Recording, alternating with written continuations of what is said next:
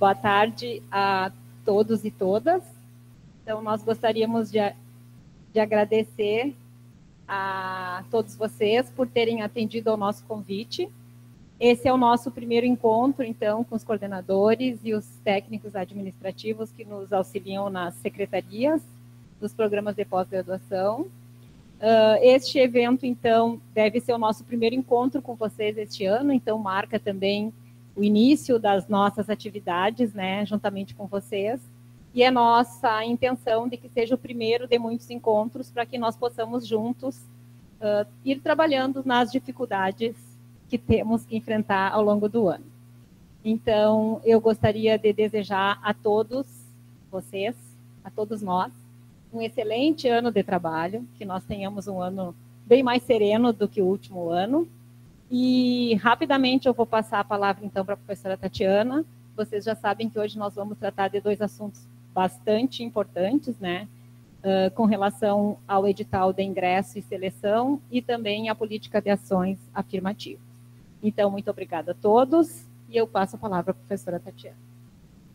Obrigada, Cristina. Boa tarde a todos. Também reforço as palavras da Cristina, que é um prazer estar aqui com vocês hoje, tanto presencialmente quanto aqueles que estão nos acompanhando virtualmente de forma síncrona ou que depois vão assistir a essa gravação. Então, como foi comentado, os temas da nossa reunião de hoje, as pautas, são a política de ações afirmativas e inclusão e a proposta de um novo modelo de editais de seleção para ingresso na pós-graduação.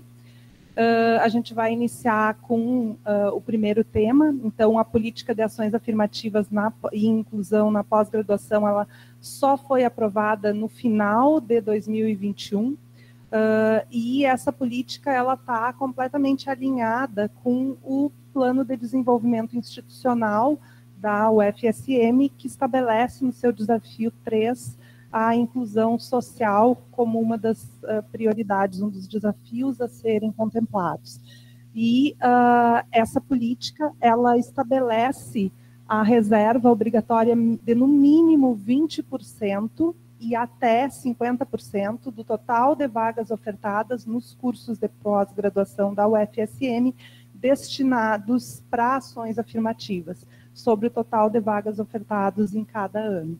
Ela vai ser obrigatória para ingresso a partir do edital que prevê o ingresso em 2024, então o edital para o próximo ano, nesse ano ainda não é obrigatória, mas nós já temos cursos fazendo essa reserva de vagas. E o nosso objetivo na reunião de hoje é trazer para vocês algumas orientações sobre como vai se dar esse processo e relembrar os prazos para a implantação da política que deve se dar nos programas de pós-graduação, e a gente vai mostrar as ferramentas de apoio que a gente tem disponíveis. Antes de iniciar com esse detalhamento, eu convido o TAI Vitor de Carli Lopes, da Coordenadoria de Desenvolvimento Regional e Cidadania, para falar em nome do Observatório de Direitos Humanos, da UFSM, a respeito da importância, então, da política.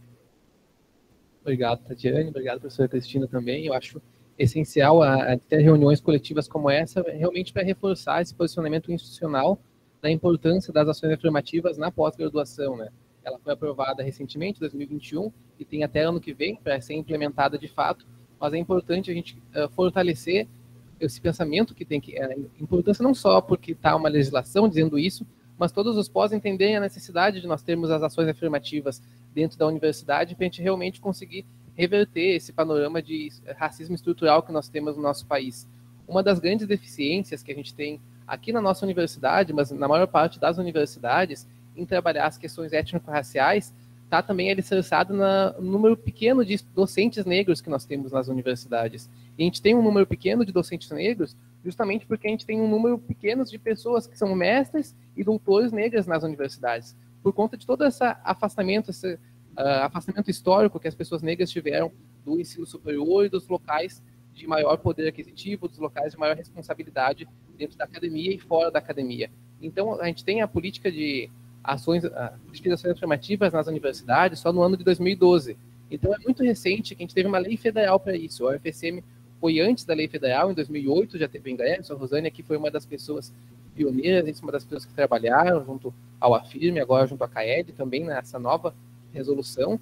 Mas se a gente teve em 2012 o ingresso de lei federal, é agora que essas pessoas elas estão se formando nas graduações, a gente precisa fortalecer que esses negros e negras eles entrem também nas pós, para depois poder ocupar os nossos bancos como docentes nas universidades e a gente poder quebrar esse ciclo de desinformação e esse ciclo de silenciamento dessas vozes negras. Então é essencial que a gente tenha esse comprometimento, a gente saiba da importância de nós termos as ações afirmativas e pensar quais são as formas mais efetivas da gente conseguir fazer o ingresso efetivo, o ingresso que realmente coloca essas pessoas lá dentro. Porque a maior parte das pós-graduações, já é alguns anos atrás, e agora isso está se acentuando, a gente acaba sobrando o número de vagas em cada um dos editais, né? Então a questão não é só, é importante ter a reserva de vagas, mas não é só a reserva de vagas por si só, porque por vezes está sobrando essas vagas. Então não é por conta da concorrência por si só que essas pessoas não estão entrando. Tem algumas outras universidades que já conseguiram fazer editais específicos de ações afirmativas nas pós-graduações que eles pensaram em algumas modalidades para garantir que realmente se tenha esse acesso, ou colocando, diferenciando as pessoas que são das ações afirmativas, em vez de algumas etapas elas serem eliminatórias, elas serem classificatórias, ou colocando uma nota de corte mais baixo, em vez ou avaliação do projeto, em vez de ser 7, ser 5 para quem está nas ações afirmativas, ou botando uma nota diferencial para quem está nas ações afirmativas, um incremento. Então, todo mundo tem a nota como corte 7, mas quem concorre pelas ações afirmativas tem uma nota mais 2, por exemplo. São várias possibilidades, eu acho que isso vai ser trabalhado, isso vai ser conversado, cada pós vai ter a sua autonomia, né? Mas são algumas estratégias que outras universidades fizeram, que a gente pode vislumbrar como também possível para nós, para que a gente consiga garantir que essas pessoas elas ingressem, que a gente consiga realmente mudar esse panorama na nossa instituição. Eu acho que mais ou menos, em linhas gerais, era isso para falar da importância da política de ações afirmativas e da gente ter em mente que a gente tem que pensar em várias estratégias para que isso não seja uma política só no papel, para que não seja só da letra fria da lei, mas que a gente consiga reverter esse panorama começando aqui dentro da nossa universidade. Obrigado. Obrigada, Victor. Acho que é bem importante a tua fala e para nós que na pós-graduação, na verdade, a gente está iniciando essa caminhada, então aí já traz toda a experiência de várias outras instituições que já têm essa trajetória há mais tempo. Então, eu destaquei para vocês, apesar de que todos os programas os coordenadores já devem ter conhecimento dessa resolução, eu destaquei trouxe alguns pontos que eu acho importante a gente destacar para retomar, no sentido de pensar a implementação da política. Então, quem deve implementar a política de ações afirmativas? E inclusão. Ela se refere a todos os cursos de mestrado, doutorado, especialização e residência da UFSM. E quais cotas devem ser adotadas? Então, a política estabelece como cotas obrigatórias as duas primeiras, que são as cotas para pretos, pardos e indígenas, e a cota para pessoas com deficiência, e estabelece valores mínimos, percentuais mínimos para essas cotas que devem ser atendidos, no mínimo 8% para pessoas com deficiência e no mínimo 12% para pretos, pardos e indígenas. Cada curso vai ter autonomia para definir outras cotas adicionais e podendo contemplar, então, outros grupos minoritários. Esse percentual que vai ser utilizado para contemplar outros grupos minoritários que o curso deseje abranger, ele fica limitado pelo percentual máximo de cotas destinadas a ações afirmativas, que deve ser de no máximo 50%, somado às cotas obrigatórias, que são de 20%. Então, o curso pode adotar só aqueles percentuais obrigatórios, ou aumentar aqueles percentuais para aqueles grupos, ou inserir novos grupos, obedecendo esses limites. Definindo dessa forma a sua política de ações afirmativas personalizada, né, para cada curso. Como que a gente vai operacionalizar, principalmente a questão da participação e da inclusão das pessoas com deficiência?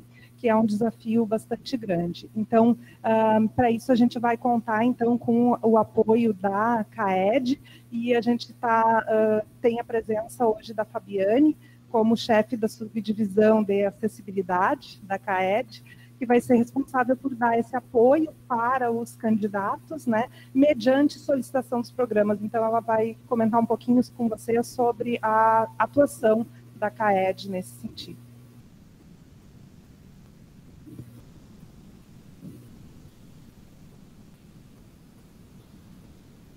Boa tarde, pessoal. Tudo bem? Então, eu sou a Fabiane, represento a subdivisão de acessibilidade da CAED, né? A gente trabalha prioritariamente, então, com os estudantes com deficiência, sejam eles ingressantes ou não, então, a política de cotas, né? Então, os alunos de graduação, a gente tem esse acompanhamento já desde o ano de 2008, quando foi o primeiro ingresso, e na pós-graduação a gente estava sempre atendendo pelos editais do processo seletivo, e no semestre do ano passado já teve alguns cursos, então, que aderiram, né, que já se adequaram à resolução, e a gente já teve, né, então, estudantes ingressando através das cotas. Então, a gente trabalha, né, vai ter dois sistemas, né, que a gente precisa pensar enquanto programa, no processo de elaboração do edital, né, que vocês vão ter um modelinho depois para ver, que é os estudantes que se inscrevem e indicam que têm uma deficiência, mas eles não estão concorrendo pelas cotas, tá? E outros são os estudantes que vão concorrer pelas cotas, tá? Então, as inscrições de estudantes com deficiência fora das cotas, elas já existiam no nosso sistema de ingresso, elas já existiam no próprio formulário, então a pessoa fazia inscrição, indicava qual era a deficiência e marcava algumas opções daquelas que estavam disponíveis no que se refere às adaptações que eles precisam para realizar o processo seletivo. Tá? Então, a gente teve recentemente algumas mudanças na legislação.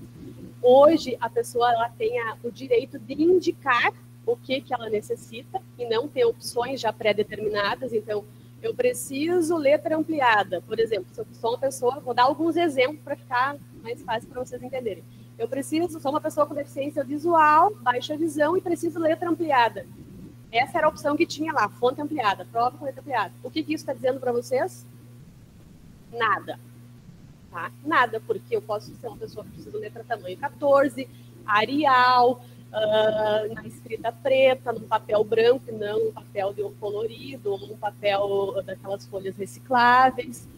Não é qualquer fonte que eu consigo ler. Então, a gente precisa dar o espaço para a pessoa dizer o que ela, de fato, necessita, e não eu dizer letra ampliada, porque aí eu vou ter que obrigatoriamente entrar em contato com essa pessoa. Eu digo vocês, enquanto coordenação de curso, que vão estar organizando aquele processo seletivo. Preciso, uma das opções que tinha, 1 hora a mais para a prova, né? Então, se eu sou uma pessoa cega, eu vou usar um leitor de tela, né? Demoro mais para fazer a leitura, demoro mais para escrever, né? Então, eu preciso 1 hora a mais, ou preciso mais tempo. Daqui a pouco, 1 hora não vai ser suficiente, ele vai precisar de mais tempo. Então, a pessoa que vai ter a opção de indicar o que ela necessita. A maioria das coisas são coisas simples, tá? Vai ser coisas simples que vocês mesmos... letra, tamanho tal tipo de letra, vocês mesmos vão imprimir a prova, beleza, resolveu. Aí daqui a pouco, preciso um computador com leitor de tela NVDA. Aí é um bicho de 7 cabeças, né? Vocês não sabem o que é isso. Aí vocês vão precisar nos contatar para a gente operacionalizar isso. Com os alunos da universidade cegos, esses que precisam de leitor de tela, né? Que a gente já tem na universidade hoje, temos 7 alunos cegos, já tivemos na pós-graduação também. O que a gente orienta quando o aluno ele já é estudante da universidade? Que ele realize a prova com o seu computador. Mas não pode colar. Vai poder colar se ninguém estiver cuidando, porque o computador vai ler a tela, ele não vai ler uma tela oculta. Por que a gente orienta que use o seu computador? Se eu der um outro computador, com um outro teclado, com leitor, ele vai demorar uma meia hora até ele organizar o leitor de tela com a voz que ele ouve no computador dele, porque senão tem várias vozes diferentes, com o ritmo de fala. Não sei se vocês já ouviram alguém usando o leitor de tela. É muito rápido, só eles que entendem. Então, cada um vai ter 70%, 80% ou mais rápido. Então, eles vão perder um tempo só para organizar aquele computador e aprender a usar as teclas. Então, não vou estar dando acessibilidade, eu vou estar criando uma barreira. Então, por isso que a gente sempre orienta que a pessoa possa usar o seu computador, vai ter um fiscal ali com ele, vai deixar a tela ligada, não tem problema nenhum, não vai colar, tá? Pessoas com deficiência auditiva, né? Muitas vezes a gente recebe solicitação, e aí a gente tem um formulário específico. A gente teve 2 surdos no semestre passado, 2 surdas que se inscreveram um doutorado em educação. Então, o programa vai lá, solicita o intérprete, a gente encaminha, né? Tem que solicitar se vai ter prova escrita, se vai ter prova entrevista, né? Então, conforme o que eles forem solicitando, vocês podem solicitar para nós ou já irem providenciando, se precisa tempo a mais. E a pessoa precisa, né? E acho que isso é uma coisa importante, talvez, de colocar no edital. Ele precisa ler o edital, né? Porque às vezes as pessoas pedem coisas, eu preciso tempo a mais para a prova. E aquele doutorado nem tem prova escrita, por exemplo. Ele é só um memorial, é um projeto, e ele pediu tempo a mais para a prova, mas não tem prova, né? Então, ele tem que fazer essa leitura obrigatória do edital, e vocês sabem que as pessoas hoje acabam muitas vezes lendo muito rápido, né? Porque é muita coisa no edital, então fazer a leitura obrigatória e especificar em cada etapa quais as adaptações que eles necessitam. E aí, vocês não conseguindo resolver enquanto programa, né? Solicita o nosso suporte e a gente presta. Tá, esse é o processo do ingresso, né, pessoal? Depois a gente vai ter o processo de permanência desses estudantes, que é tão importante quanto, né? Então, a gente vai ter intérprete de Libras para os estudantes surdos, né? Então, isso não precisa solicitar, depois que ele ingressa, a gente já sabe, eles mesmos fazem a solicitação, vai ter uma agenda fixa. O que é necessário solicitar intérprete é para atividades extras, semana acadêmica, evento, que não é a agenda fixa. Aí o programa deve estar solicitando, ou o organizador do evento, ou o próprio estudante, qualquer pessoa pode solicitar, né, para alguma atividade extra. Aí preciso conversar com aquele aluno para fazer um ajuste de matrícula, ou secretário. Então, como é que eu vou conversar com o estudante? Eu tenho que agendar um horário que tem um intérprete junto com ele, não posso simplesmente chamar ele ali, daqui a pouco não vou conseguir me comunicar com ele. Então, tem que fazer essa solicitação para nós, a gente tem um formuláriozinho lá no site. Também temos o acompanhamento desses estudantes através de atendimentos especializados que a gente fornece. Então, a gente tem hoje atendimento nas áreas da educação especial, terapia ocupacional e fonoaudiologia. E também, quem já trabalhou, quem trabalha com, todo mundo trabalha aí, obviamente, com graduação, sabe que a gente faz orientações, né, através de memorandos que a gente formaliza para as coordenações do curso, com as sugestões de adaptações curriculares. Então, a gente vai fazer um acompanhamento desse estudante, vai identificar que adaptações ele vai necessitar, né, e o que é preciso que o professor faça. Então, vai precisar de tempo a mais naquela disciplina, né, o que ele vai, ou letra, ou o uso do leitor. Então, vai depender das demandas do estudante, né, por isso que a gente precisa desse momento de escuta depois que o estudante está aqui dentro da universidade. Estudantes surdos, por exemplo, a gente já tem até um documento de orientação de outros casos, a questão da segunda língua, né, que a Libras ela é considerada, a gente orienta que se considere como uma língua estrangeira. Na verdade, o português escrito para o surdo, ele não é uma primeira língua, ele já é uma segunda língua, né? Então, a gente orienta que se considere aí a Libras, fazer do surdo, fazer proficiência em inglês e espanhol é muito complexo, porque é uma língua escrita, ele não domina, então ele não vai conseguir, né? Então a gente sempre faz essa orientação que a Libras ela substitua então essa segunda língua, né, para os estudantes surdos que são usuários de Libras.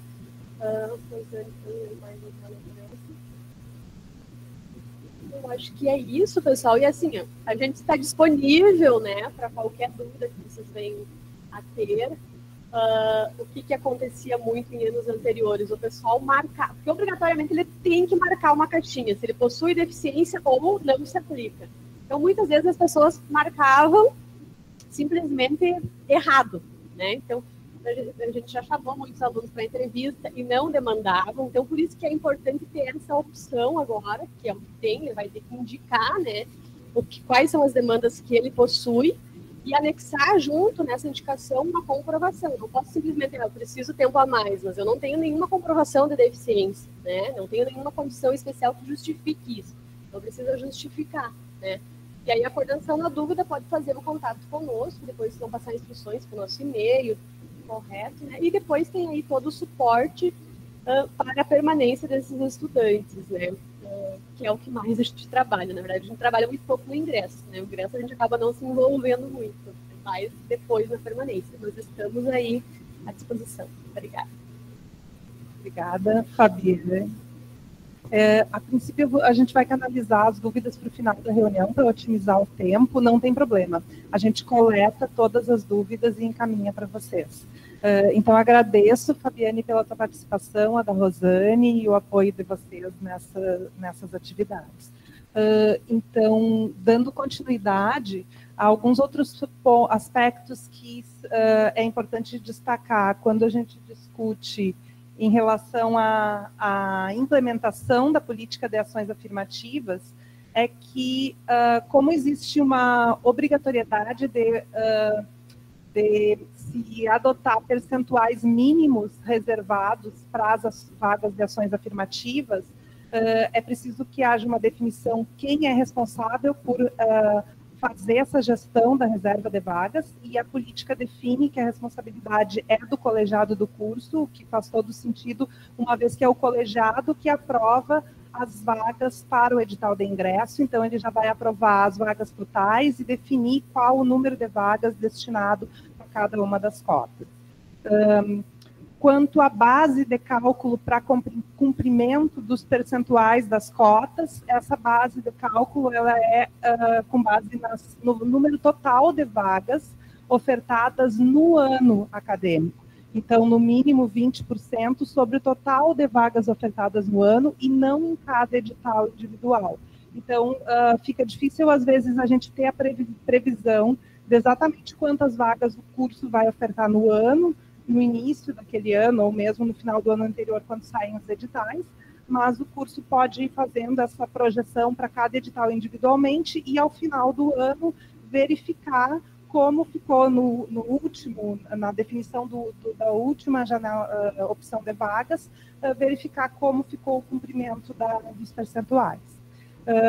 Cada edital específico ele tem que informar o número de vagas destinadas a cada cota, tanto ao número total de vagas do edital, cotas para ampla concorrência, para pretos, pardos, indígenas, para pessoas com deficiência e outras cotas que o curso deseja inserir no edital.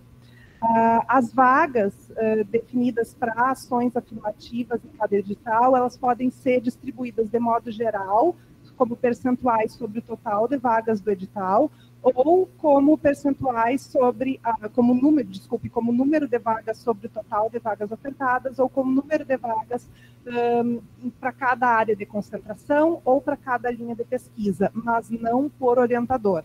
Tá? E o que acontece quando, então, algumas perguntas, quando a gente tem números, como são percentuais que a resolução estabelece para que sejam obedecidos, muitas vezes pode sair um número como resultado de um número quebrado ou um número para editais que tenham para cursos que tenham uma oferta de vagas inferior a 10 no ano, isso pode não compor um número inteiro. Então, a resolução ela já estabelece como agir nesses casos, e existe a necessidade de oferta obrigatória de pelo menos uma vaga para pretos, pardos, indígenas e uma vaga para PCDs, nos casos de cursos que ofertem, ao longo de um ano, menos de 10 vagas. Como vai ser a operacionalização para a implementação dessa política? Então, vocês já sabem que ela está a cargo primeiro, da gestão do programa, né, e do colegiado do curso, mas com o apoio institucional. Então, ao longo do ano de 2022, desde que nós assumimos na PRPGP, a gente estruturou alguns sistemas, né, de apoio para o trabalho no ingresso desses alunos, na seleção e ingresso.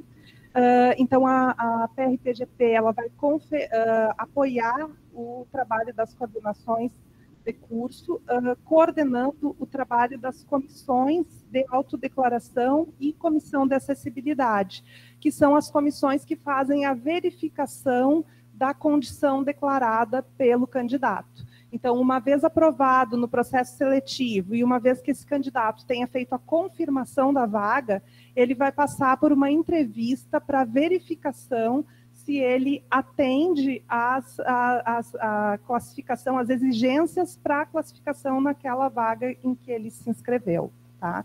Então, todas essas entrevistas, para o caso daquelas duas cotas de pretos, pardos, indígenas e pessoas com deficiência, é feito por essas comissões que têm o trabalho coordenado pela PRPGP. Caso o curso deseje inserir reserva de vagas para outras cotas, aí poderá organizar comissões internas para avaliação desses outros candidatos.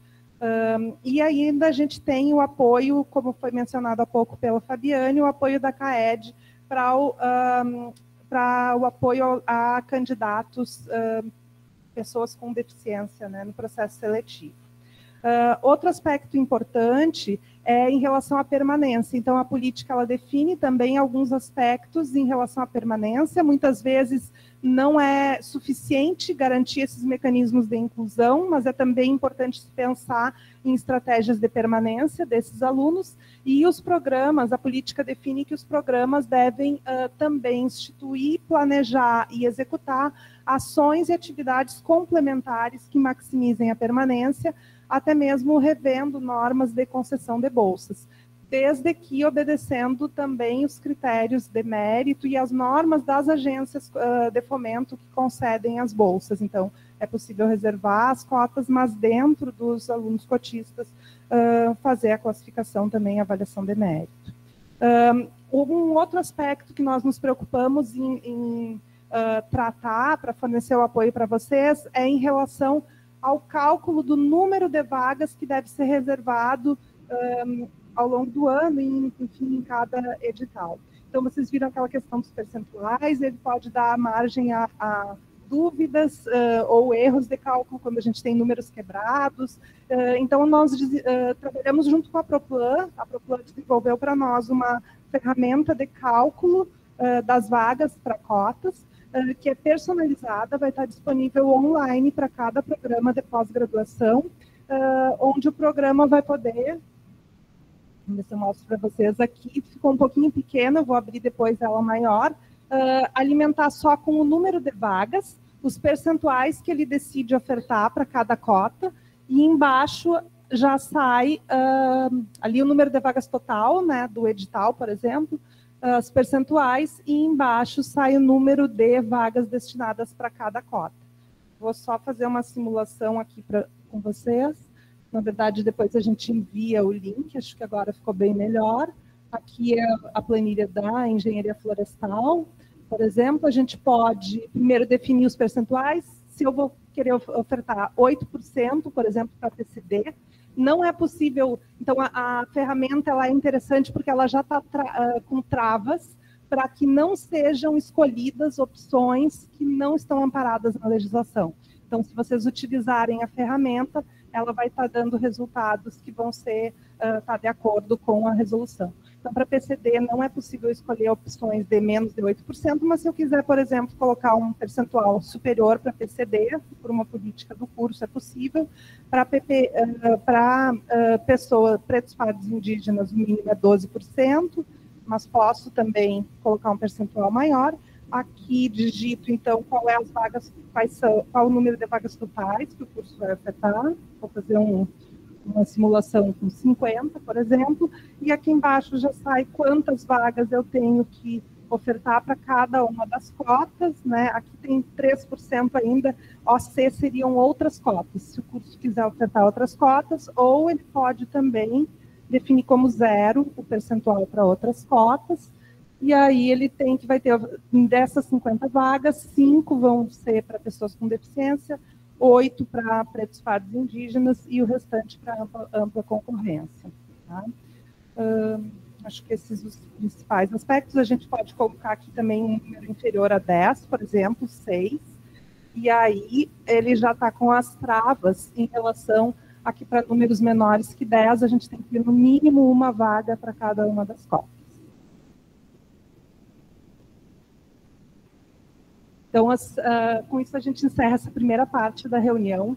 Vou pedir para vocês anotarem as perguntas e deixarem para o final para a gente poder otimizar o tempo. Deixa eu só me organizar aqui.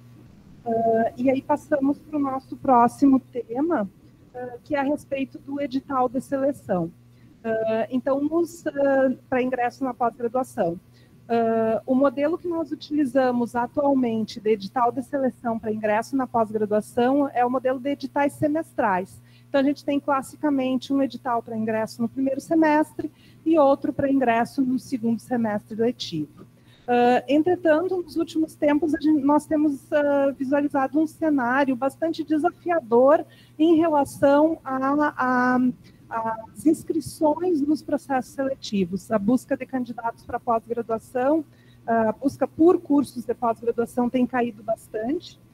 Isso para todos os cursos, não só da UFSM, também do restante do país.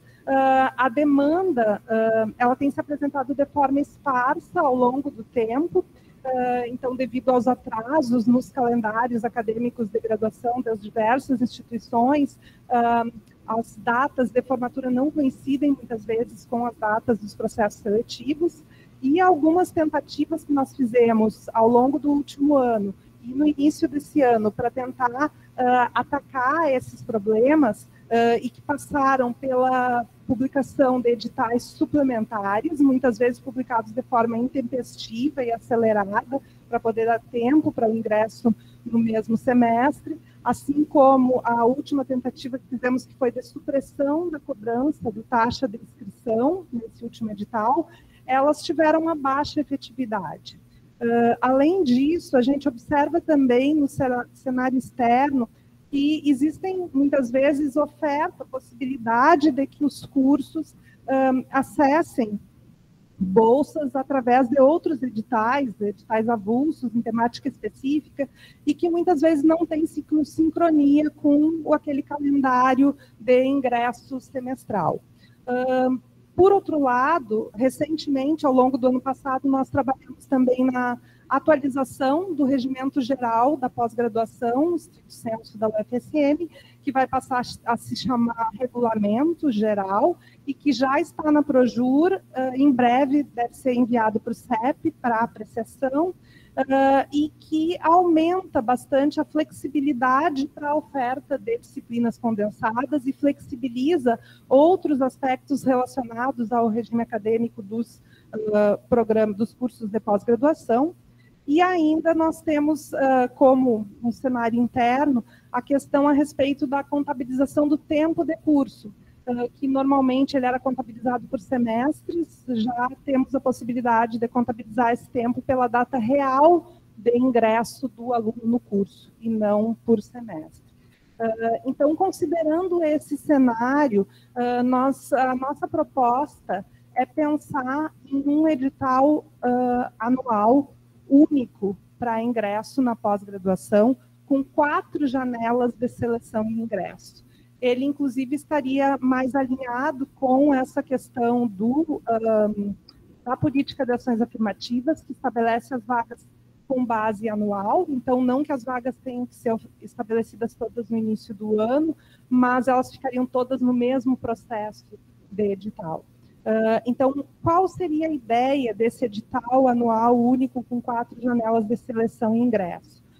O objetivo seria oportunizar aos cursos maior flexibilidade para o ingresso ao longo do ano, oportunizando, então, 2 janelas adicionais de ingresso, além daquelas janelas convencionais que normalmente se faz no início do primeiro e do segundo semestre, aumentando, assim, a atratividade pelo edital de ingresso da UFSM.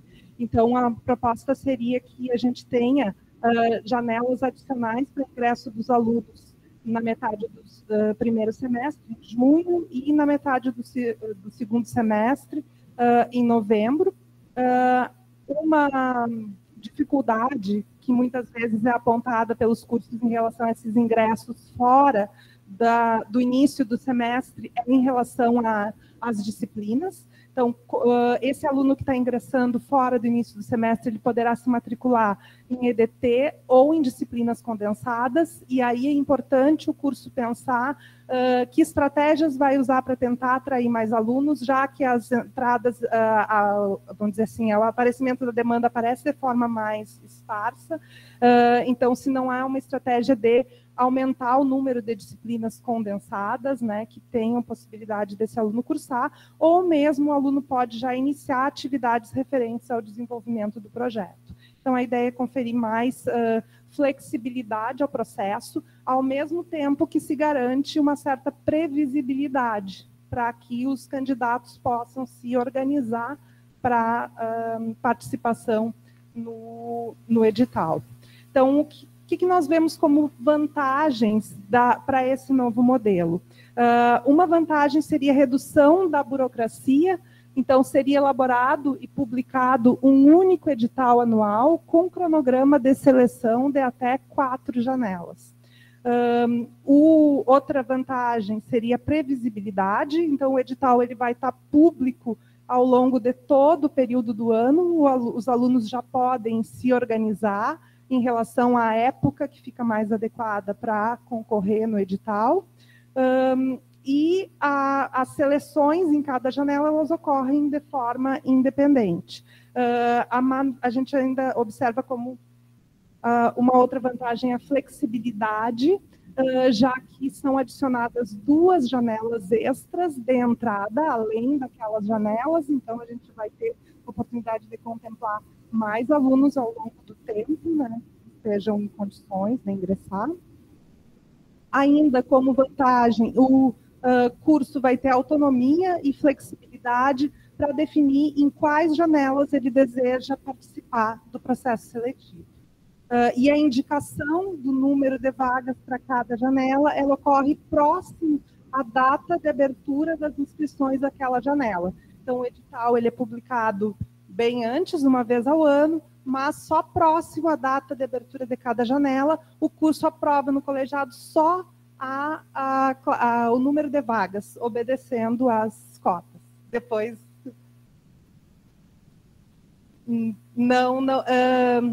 eu explico depois, mas não estão amarradas.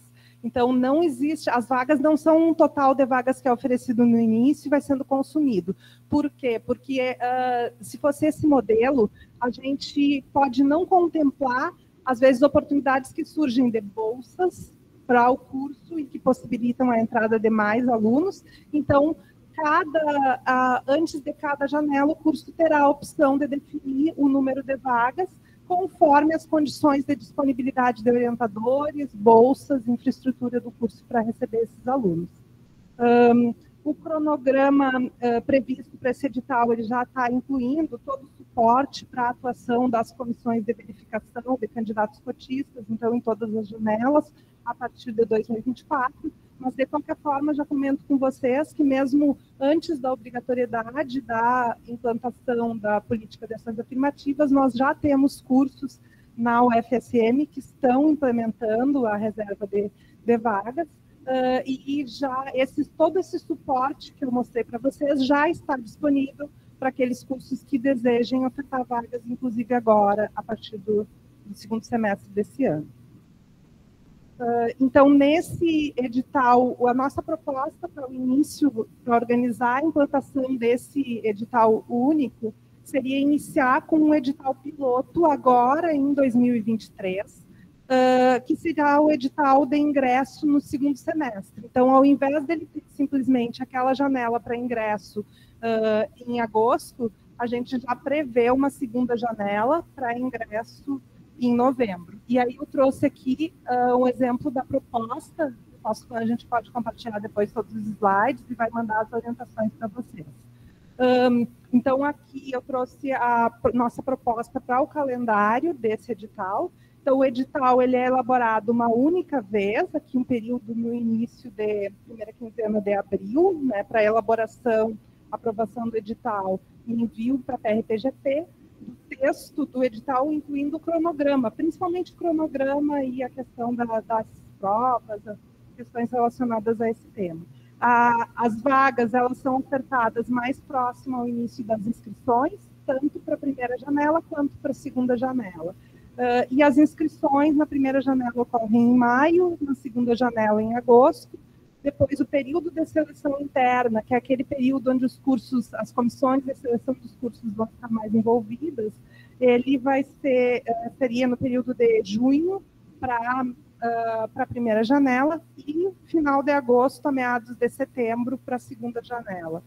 Depois a gente tem todos os períodos de divulgação dos candidatos classificados, confirmação de vagas e chamada de suplentes, e aí então a matrícula em disciplinas.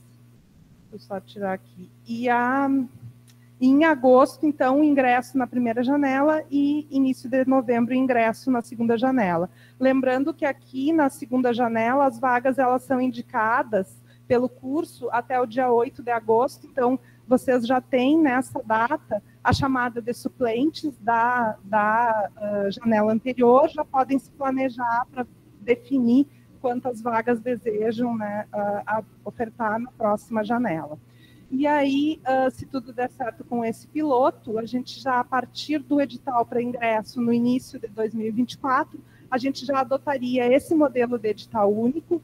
Como o edital de 2024 ele é sempre lançado em 2023, eu já coloquei aqui para vocês uma versão preliminar de como seriam mais ou menos as épocas para a elaboração desse edital. Então, em setembro, os programas enviariam o edital para a TRPGP, com as datas no ano que vem já definidas. No final de outubro, informariam as vagas e as inscrições ficariam para novembro e o processo seletivo para dezembro ou janeiro, a critério do programa, com flexibilidade, se quiserem concluir todo o processo seletivo em dezembro, já não tem mais atividades em janeiro, ou se preferirem estender até janeiro.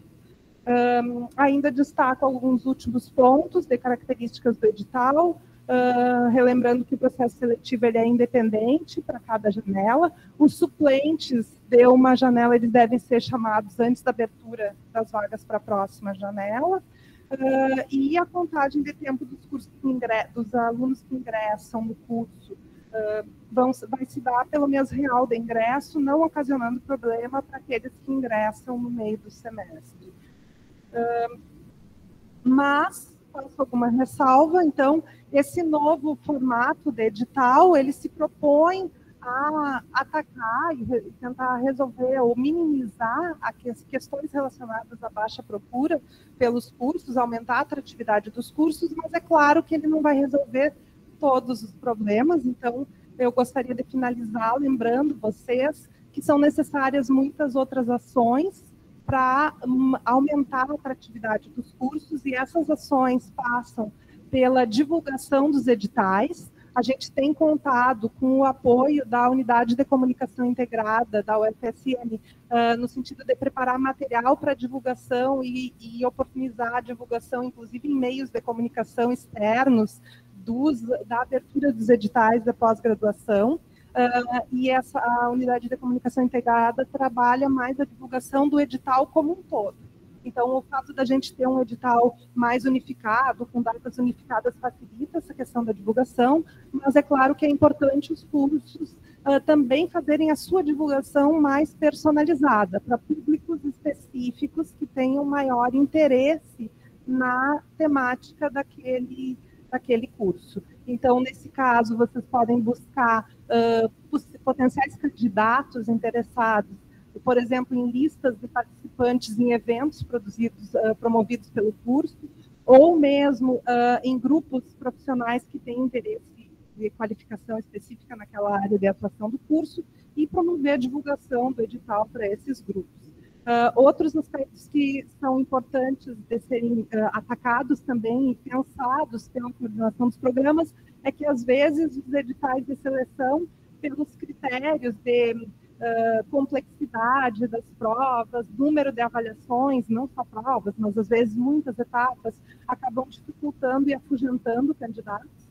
Então, a gente, observando o cenário atual, é interessante que cada curso faça uma avaliação interna para ver se agora, nesse momento em que a gente vai ter uma atualização dos regulamentos internos dos programas, em função da atualização do regulamento geral da pós-graduação, se não é também momento de reavaliar essas questões, e principalmente a gente recomendaria não deixar essas questões relacionadas ao edital de seleção muito engessadas no regulamento interno do programa.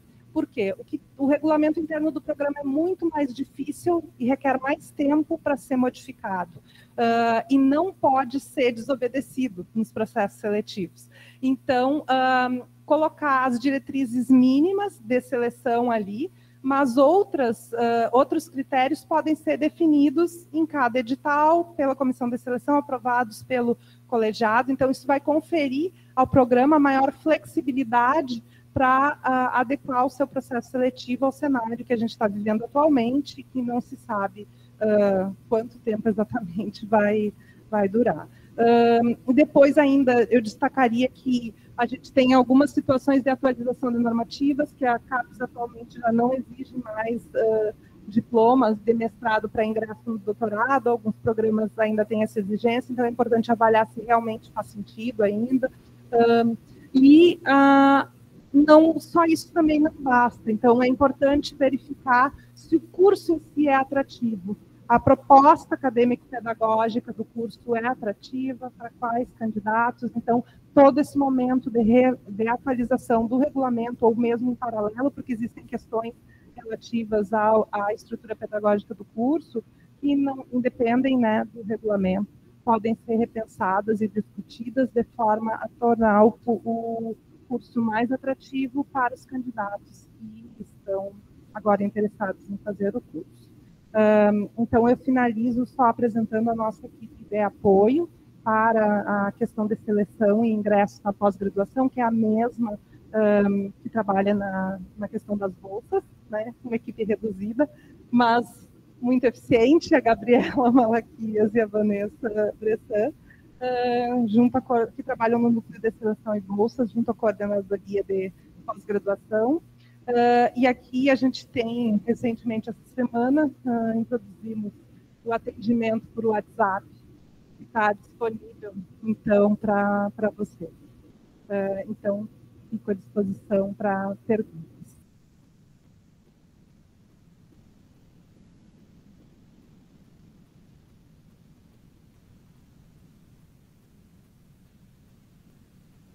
Volto aqui, sim.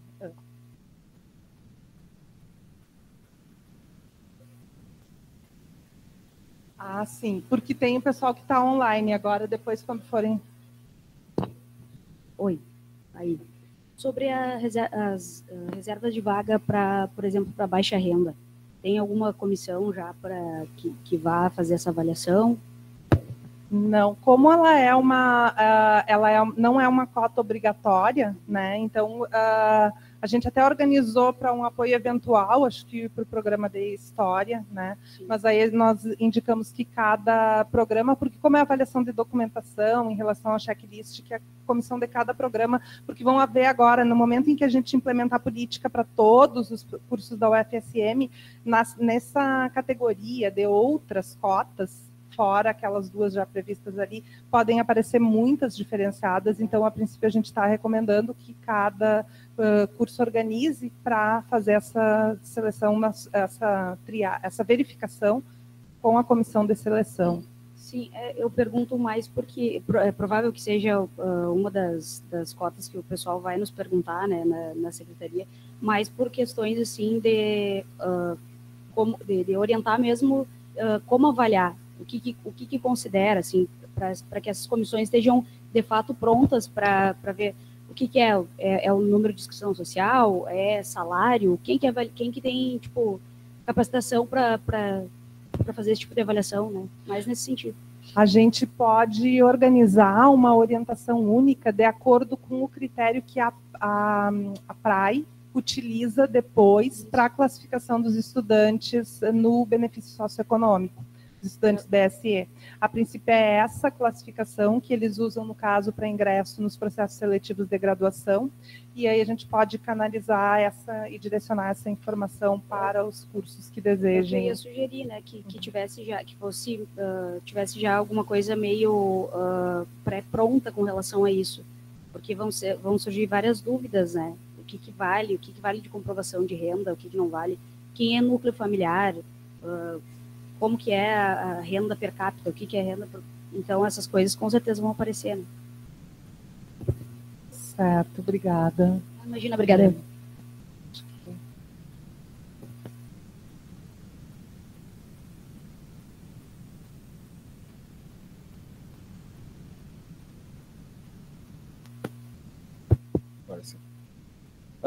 Não, em relação a essa questão da atratividade da pós-graduação, eu não sei se está sendo pensado alguma coisa em relação à mudança também no sistema assim, de inscrição. Eu fico pensando muito em candidatos internacionais que poderiam ser atraídos.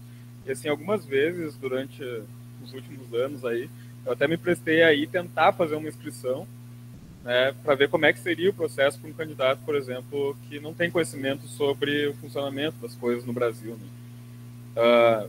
Nós temos ótimos candidatos, eu acho, principalmente nos outros países da América do Sul, né? E aí algumas coisas assim, do edital que me chamavam a atenção era coisas, por exemplo, como fazer um pagamento de um boleto no Banco do Brasil, né? Ou então um envio de documentos por SEDEX. Esse tipo de informação, assim, eu acho que quando um candidato estrangeiro vê, é bem difícil, né, de entender até o que está acontecendo ali. Então, não sei se tem alguma iniciativa em relação a isso também. Então, a gente está ciente desse problema e pensamos em algumas estratégias e pensamos que a adequação de todo esse processo seletivo regular, normal que a gente tem para os candidatos brasileiros, para tentar contemplar os estrangeiros, ela seria difícil e não contemplaria totalmente, requer também tradução de todo o edital, que é muito complexo, e como tu já colocaste, tem vários outros entraves, além dessas questões da tradução. Então, o que a gente vislumbra é a possibilidade de um edital específico para estrangeiros, e é a nossa próxima etapa agora, trabalhar na formatação desse edital, e possivelmente, talvez, como é um público menor, com aí um sistema de inscrição em separado, porque a vantagem desse sistema de inscrição, que é bastante complexo, mas nos engessa um pouco, é que ele permite depois os dados, eles já ficam no sistema disponíveis tanto para o trabalho das comissões de verificação, quanto depois para cadastro dos alunos. Então, a gente não tem como abrir mão desse sistema para o ingresso regular, onde a gente tem um volume de ingressantes muito grande, mas para um processo seletivo em separado, com vagas extras para alunos estrangeiros, a gente pensa nisso sim. Então, estamos trabalhando nisso, numa proposta, e depois passar para avaliação da Projur e dar conhecimento para os cursos para aqueles que desejem aderir.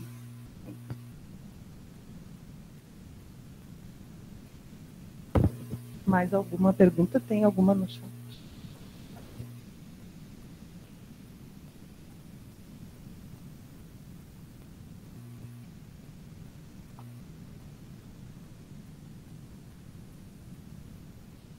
Ah, sim. Isso é uma informação importante. Então, nesse caso da socioeconômica, seria importante a gente manter, que a princípio a gente estava só com manter a comissão centralizada. Então, com base nessa informação, a gente manteria, ela funcionou nesse semestre pela primeira vez, e a princípio a gente organiza, então, para manter esse apoio de forma centralizada. Mais algum comentário?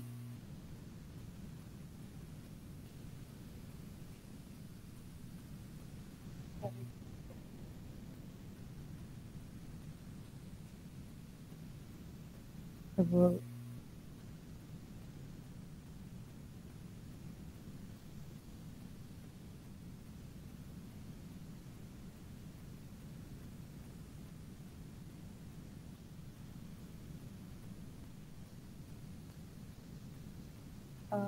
deixa eu só passar. Já foram lidas? Paulo Gubiani. Tá. Então, o professor Paulo Gubiani pergunta quais as estratégias de trabalho sugeridas e qual o apoio efetivo da PRPGP para as coordenações conseguirem fazer a tempo a atualização dos regulamentos, elaboração dos editais de ingresso, planejamento da reserva de cotas, frente aos prazos apresentados.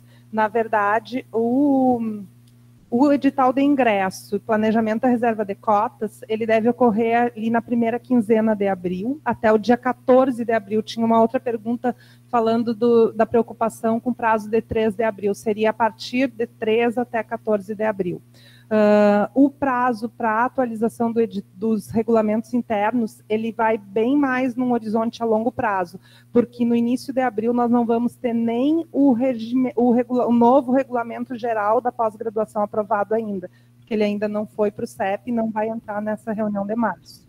Então, a atualização dos regulamentos internos dos programas, ela vai sair em um horizonte um pouco mais longo. A nossa expectativa é que para o mês de maio, junho, a gente esteja com o novo regulamento da pós implementado. De qualquer forma, a nossa previsão de trabalho em relação ao novo regulamento é assim que ele sair da Projur e for para o CEP, fazer uma reunião com vocês apresentando os principais pontos desse novo regulamento e de qualquer forma, vocês já têm conhecimento daquela versão preliminar que foi enviada para consulta no ano passado. Ela sofreu algumas alterações, mas a gente vai dar conhecimento, então, para vocês em breve, da versão mais atualizada, e aí o curso pode, aos poucos, ir trabalhando. E o que a gente vai ter em relação à tramitação? Fora o trabalho interno, a tramitação da aprovação dos regulamentos internos, ela está sendo pensada para um processo simplificado, em que o regulamento, depois de ser elaborada, uma primeira versão pelo programa, ela seria enviada para a PRPGP, para uma revisão, inclusive revisão pelo comitê assessor, e aí, passada essa revisão, ele retorna para o programa, para aprovação com esses ajustes recomendados, e aí ele vai ser aprovado como uma portaria normativa, se eu não me engano, publicada pela unidade de ensino a qual o programa é vinculado, sem necessidade de ir até o CEP. Isso é o que a gente está pensando em termos de tramitação para facilitar todos esses processos. Deixa eu só ver se tinha mais alguma aqui. E tinha uma pergunta da professora Rosane em relação ao 3 de abril. Só receberam sexta. Não é 3 de abril o prazo. O prazo, na verdade, é 14 de abril. Tá? Pretendemos manter.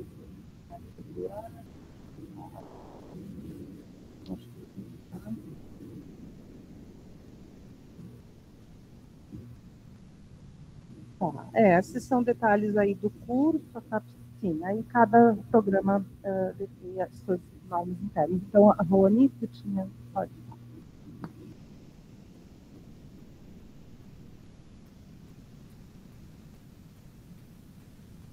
Esse edital que vai ser de 3 a 14 de abril, encaminhamento, ele já tem que prever as cotas e o número total de vagas do ano. Não, ele vai ser um piloto. Então, esse edital, que seria até de 3 a 14 de abril, nós vamos mandar um modelo, que seria no novo modelo esse de edital com janelas. Ele vai ter as 2 janelas, vocês só vão ter que definir as datas, o cronograma de seleção e a forma de avaliação. E aí, até o final de abril, manda o número de vagas. Para essa janela, a primeira janela, que é a janela para entrada em agosto. A janela para entrada em novembro, o número de vagas só é enviado posteriormente, aí eu teria que voltar aqui no meu cronograma, se o programa for abrir vaga. Então, ele não é isso.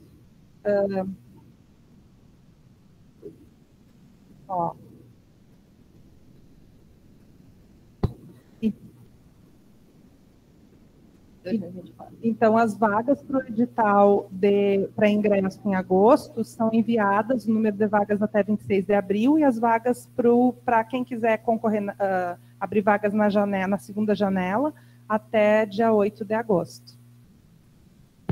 Obrigada. Tati, acho que só para reforçar, né, as cotas só começam a ser obrigatórias em 24. 23, se alguém quiser fazer, é por decisão do próprio curso. Opção.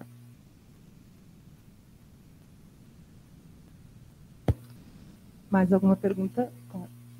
Na verdade, Reinilda, na verdade é só um comentário, era em cima dessas questões mesmo das datas, né, já que é um edital piloto, e como seria um edital que já vai prever o ingresso de 2024, que a gente não Então, eu deixei em cor diferente, porque, na verdade, o edital de 2023, ali, ó, só no amarelo. Então, o edital que vai ser preparado e enviado de 3 a 14 de abril é esse de 2023, que é só para o segundo semestre de 2023, com as 2 janelas. Então, o de 2024, que aí vai prever as 4 janelas para 2024, vai ser elaborado lá em setembro. Lá por setembro, então a gente tem que pensar que daí já é obrigatória a questão das cotas. E aí, nesse, sim, já é obrigatória a questão das cotas, mas em setembro vocês vão ter que elaborar o edital, então cronograma e forma de avaliação. As vagas, então as cotas são definidas quando se definem as vagas para cada janela. E aí, para a primeira janela desse edital, aí a data limite seria final de outubro. Então, a gente vai ter, possivelmente, aí vocês têm um tempo bem longo pela frente, a gente já vai enviar para vocês também aquela ferramenta de cálculo, a calculadora, depois os links. Vocês podem tentar, se tiverem qualquer dificuldade, nos contactar. E então, até lá a gente precisa atualizar os nossos regulamentos internos. Isso, na verdade, independe, vamos dizer, a recomendação de que vocês atualizem é para que vocês tenham maior flexibilidade e consigam se tornar cursos mais atrativos. É claro que se não tiver atualizado, o prazo, na verdade, vai ser de 6 meses. Então, até lá, na verdade, já vai ter que estar possivelmente, a depender da data de aprovação do novo regulamento. Obrigada. Isso. Queria fazer uma contribuição nessa colocação da professora Renilda. É que essa segunda janela, vocês podem imaginar como aquele edital extraordinário que muitos programas solicitam quando fazem a seleção e que sobram vagas. O que nós estamos imaginando, a professora Tatiana usou, tem que seguir chamando suplentes, mas o que tem acontecido normalmente é que nós não temos os suplentes. E nós temos sobra de vaga e sobra de bolsa. Então, entendam como essas janelas, oportunidades de abrir sem ter que fazer o edital, porque o que acontecia conosco aqui é e com vocês, né, vocês terem que fazer um novo edital, nós temos que revisar e publicar um novo edital. Então, assim, não tem a possibilidade. Se o programa preencheu suas vagas, se não tem nenhuma outra oportunidade, ok, não abre aquela janela e se prepara para o próximo edital, que é para o 2024. Vocês vejam ali essa entrada em novembro, ela é bastante interessante, porque se o aluno não entrou em agosto, ele só tem chance de ingressar lá em março. Quando nós colocamos em novembro, a gente pega um aluno aí que pode ter ficado, não ter sido aproveitado, ou nem ter feito a seleção na UFSM para o ingresso em agosto. A ideia é essa. Acho que o Leandro quer contribuir também no raciocínio. Só complementar que o edital 2024, que aparece ali, são as datas prováveis para a primeira janela, depois vai ter o calendário das 3 janelas subsequentes de 24, né? Então, a previsão ali, que está ali, é o que a gente já normalmente faz, o edital de entrada de março, que é tratada no semestre anterior, do ano anterior.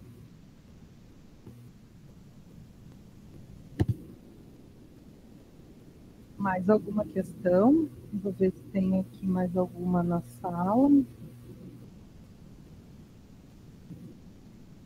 Tem um comentário do professor Marcelo, que não faz sentido distribuir bolsa por mérito no caso de socioeconômica, ou precisamos de alguma bolsa institucional de permanência, ou não podemos usar cotas, pois pouco ajudará.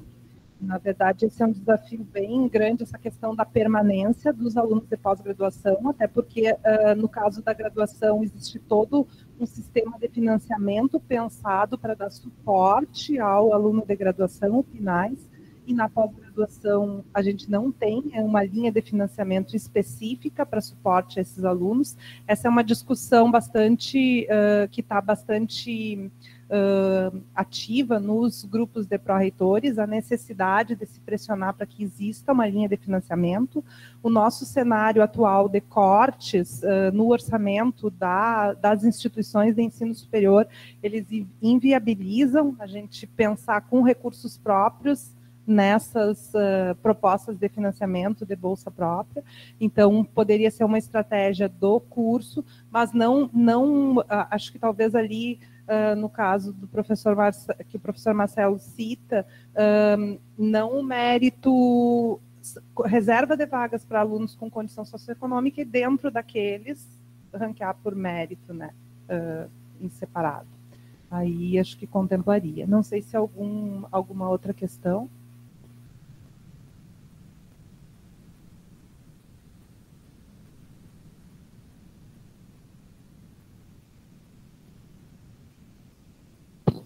Aqui. Marcos Correia, na música.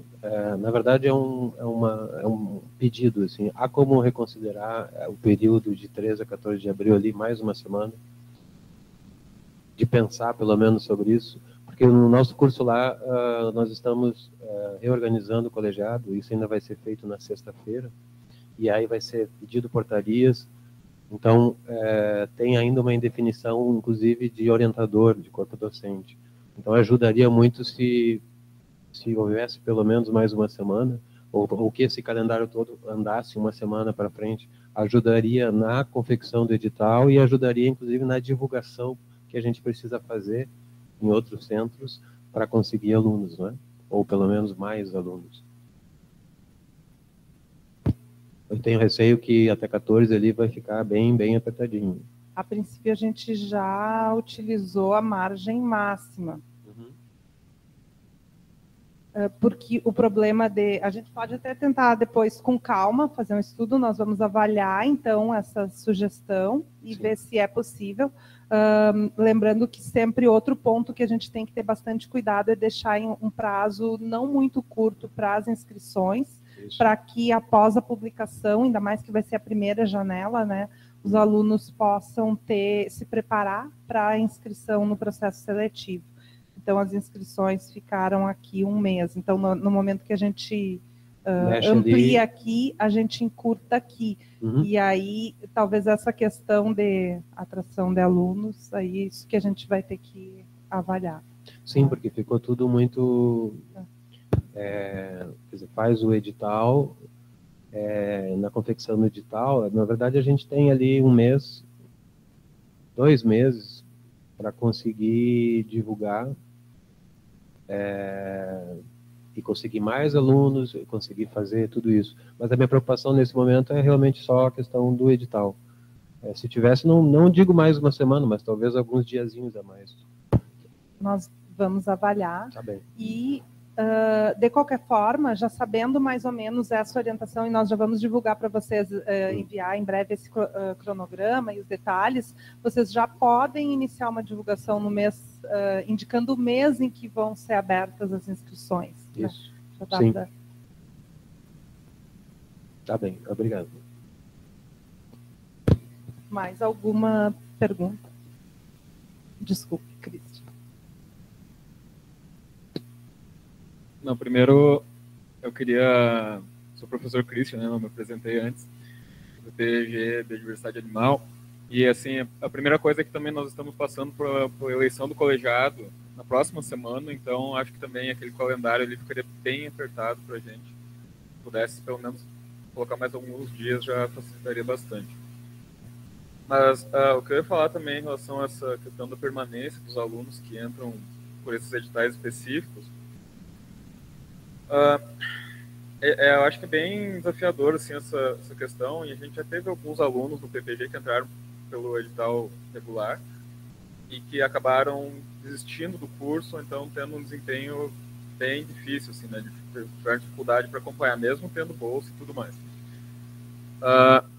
E eu vejo assim, que tem algumas coisas que eu vi na Universidade Federal de Goiás, por exemplo, e eu acho que acredito em alguns PPGs da URGS também, que tem alguns PPGs que adotam, assim, eles estão tipo como se fosse uma disciplina de reforço de alguns conceitos básicos, assim, que às vezes os alunos entram com carências, né? E alguns professores até relataram, assim, que esses alunos acabam saindo mais bem preparados do que aqueles que entram sem ter esse reforço, porque alguns alunos que entram normalmente, que não têm nenhuma carência, eles acabariam se beneficiando também se tivessem isso, né? Então, esses alunos acabam tendo um desempenho até um pouco melhor. E aí, coisas assim que eu vejo que eles têm dificuldades, por exemplo, é em língua estrangeira, muitas vezes, né, mais do que os alunos regulares, e também um pouco de dificuldade em organizar a sua agenda pessoal, assim, e esse ritmo de estudo que os outros alunos às vezes já estão acostumados, né? Então, isso acho que seria uma coisa que seria útil para todos os alunos de todos os PPGs. Talvez a PRPGP pudesse organizar alguma coisa nesse sentido, né? Uma outra coisa que eu vi assim também no exterior, que o pessoal faz e que é muito importante para os alunos que chegam de fora, os alunos muitas vezes eles chegam assim, eles não se sentem parte daquilo, sabe? Porque eles estão entrando num mundo que é muito diferente do que eles estão acostumados. E aí o que muitas universidades fazem, né, as reitorias, pró-reitorias, é organizar eventos mensais, por exemplo, onde esses alunos participam e eles se sentem parte de uma comunidade, né? E aí isso ajuda também na permanência deles. Então acho que essas são só algumas ideias assim que de repente poderiam ajudar a manter esses alunos na universidade.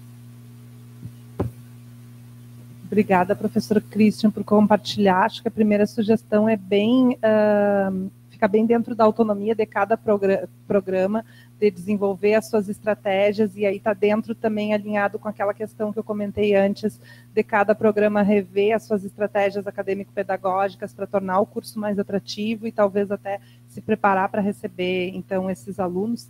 E quanto a outra sugestão, acho que aí sim, uma questão de uma coordenação mais geral, acho que a gente vai discutir, então, essa sugestão, acho que isso pode ser uma possibilidade na medida em que a gente vai dar um maior suporte para esses alunos.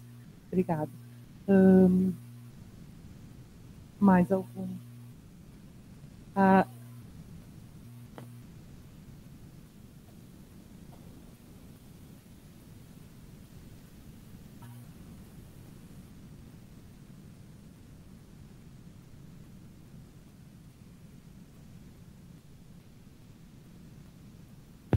gente não tinha discutido esse modelo de encontros mensais, mas esse da recepção, sim, porque a gente não tem, cada curso de pós-graduação faz a sua recepção, a gente não tem uma recepção institucional.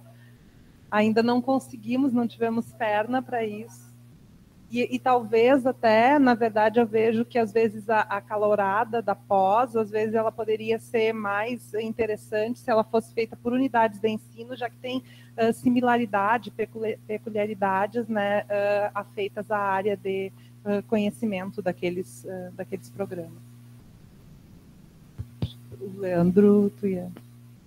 Eu só ia comentar também que a gente tem uma pró-reitoria de assuntos estudantis, né, e a gente está muito mais acostumado à assistência estudantil, essa questão da permanência, o acolhimento para a graduação, quando, na verdade, a política deveria ser para qualquer estudante da instituição, independente do nível.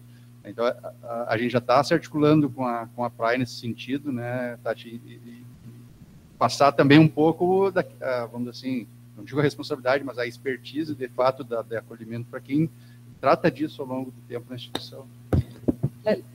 Eu também acrescentaria, né, o DCE e a nossa associação de pós-graduandos. Acho que nós precisamos também ativá-los, né? Esse seria um movimento importante.